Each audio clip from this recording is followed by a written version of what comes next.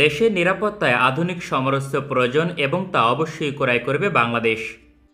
এক্ষেত্রে কোন দেশের যুদ্ধবিমান hello guys, welcome back to another video. Viewer फिर से बहुत ही ज्यादा इंपॉर्टेंट वीडियो होने वाली है बांग्लादेश की एयरफोर्स के रिलेटेड। बांग्लादेश मुश्किल हालात में, मुश्किल कंडीशन में बेहतरीन किस्म के दौरे जदीद के मॉडर्न किस्म के फाइटर जेट को बाय कर सकता है। तो वीवर इसी के रिलेटेड आज की वीडियो होने वाली है। अभी तक आप लोगों ने हमारे चैनल को सब्सक्राइब नहीं किया हुआ तो प्लीज जल्दी से हमारे चैनल को सब्सक्राइब कर लीजिएगा। बिना टाइम वेस्ट किए वीडियो को स्टार्ट करते हैं। দেশের নিরাপত্তায় আধুনিক সমরাস্ত্র প্রয়োজন এবং তা অবশ্যই ক্রয় করবে বাংলাদেশ। এক্ষেত্রে কোন দেশের যুদ্ধবিমান, সাবমেরিন, এয়ার ডিফেন্স সিস্টেম এবং যুদ্ধজাহাজ ক্রয় করবে?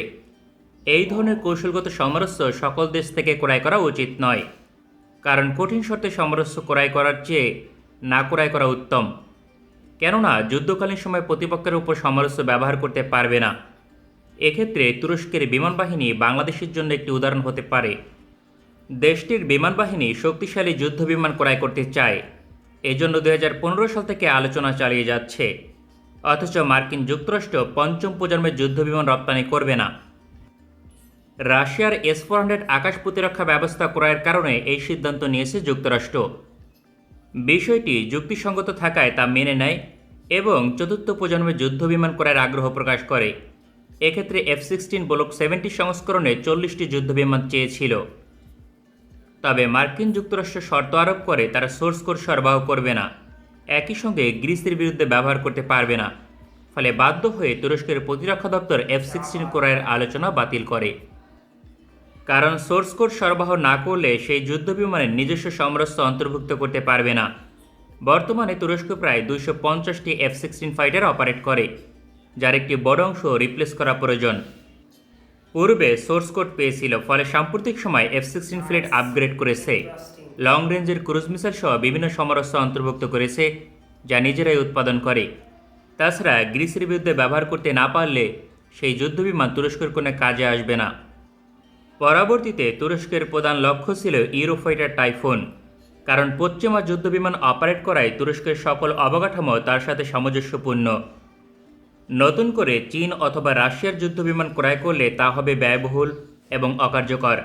সাম্প্রতিক সময়ে স্পেন এবং ব্রিটেন ইউরোফাইটার টাইফুন রপ্তানি করতে সম্মত হয়েছে। বিপরীতে আরেক অংশীদার জার্মানি দিয়েছে কঠিন শর্ত। তুরস্ক যদি টাইফুন যুদ্ধবিমান চায় তবে জার্মানিকে লিখিত দিতে হবে তারা এজিয়ান সাগরে তা ব্যবহার করবে না। ফলে গ্রিসের বিরুদ্ধে ইউরোফাইটার টাইফুন ব্যবহার করার কোনো সুযোগ নেই। বাংলাদেশের ভারী সমরাস্ত্র ক্রয়ের ক্ষেত্রে এই ধরনের কঠিন শর্ত এড়িয়ে যেতে হবে, কেননা কঠিন শর্তে সমরাস্ত্র ক্রয় করলে তা কোনো কাজে আসবে না। এক্ষেত্রে বাংলাদেশ যে দেশের যুদ্ধবিমান ক্রয় করবে তাদের সাথে সোর্স কোড সরবরাহ করার সুযোগ থাকতে হবে। তাছাড়া যুদ্ধবিমান অথবা অন্য কোনো ভারী সমরাস্ত্র ক্রয় করলে তা কোথায় ব্যবহার করবে তা একান্তই বাংলাদেশের অভ্যন্তরীণ বিষয়। তাছাড়া ফুল প্যাকেজ সহ সমরাস্ত্র কিনতে হবে, অন্যথায় তা বাতিল করতে হবে। মিশরের নিকট রাফাল যুদ্ধবিমান রপ্তানি করেছে ফ্রান্স, অথচ লং রেঞ্জের মিটিওর মিসাইল সরবরাহ করেনি, কারণ ইসরায়েলের নিরাপত্তার কথা বিবেচনা করে যুক্তরাষ্ট্র এবং জার্মানি মিটিওর মিসাইল সরবরাহ করতে অস্বীকৃতি জানিয়েছে। সুতরাং বাংলাদেশ ভবিষ্যতে যুদ্ধবিমান, এয়ার ডিফেন্স সিস্টেম, সাবমেরিন এবং যুদ্ধজাহাজ কিনবে। আর এক্ষেত্রে যদি ভারতের বিরুদ্ধে ব্যবহার না করার শর্ত আরোপ করে তবে অবশ্যই তা ক্রয় করা যাবে না, কারণ পূর্ণ সক্ষমতা ছাড়া যুদ্ধে ভারী সমরাস্ত্র কার্যকর ভূমিকা পালন করতে পারে না।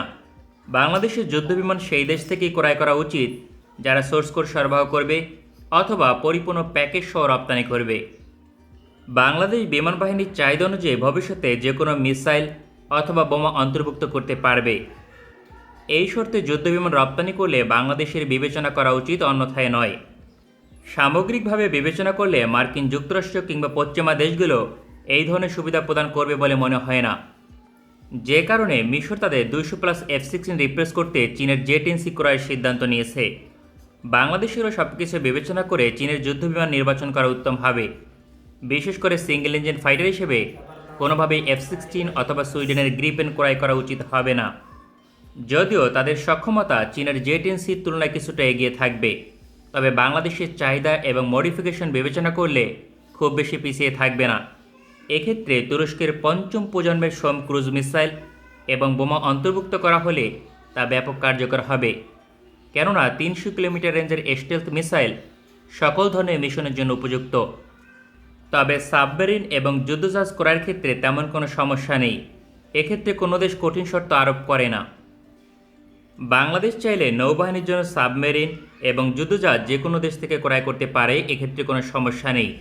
তবে এয়ার ডিফেন্স সিস্টেম ক্রয়ের ক্ষেত্রে যুদ্ধ বিমানের সঙ্গে সমন্বয় করতে হয়, অন্যথায় যুদ্ধকালীন সময়ে নিজেদের বিমান নিজেরাই ধ্বংস করতে পারে। একান্তই যদি পশ্চিমা যুদ্ধ বিমান ক্রয় করতে হয় তবে পরিপূর্ণ প্যাকেজ সহ কিনতে হবে। বিশেষ করে long range air two air missile পর্যাপ্ত লাগবে, যাতে শেষ পর্যন্ত ডিফেন্সিভ মিশন পরিচালনা করতে পারে।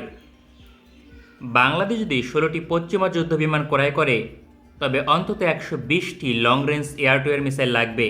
तो वीवर ये थे दौरे जदीद के मॉडर्न किस्म के पावरफुल किस्म के फाइटर जेट जिनको बांग्लादेश अपनी फिजाइया का इन फ्यूचर में हिस्सा बना सकता है, और बांग्लादेश को डेफिनेटली हिस्सा बनाना भी चाहिए। बांग्लादेश के पास दौरे जदीद के मॉडर्न किस्म के फाइटर जेट की कमी है, और ऐसे में अगर बांग्लादेश इनको जल्दी बाय करता है तो बांग्लादेश की फिजाइया का शुमार भी दौरे जदीद की मॉडर्न किस्म की फिजाइया में होगा।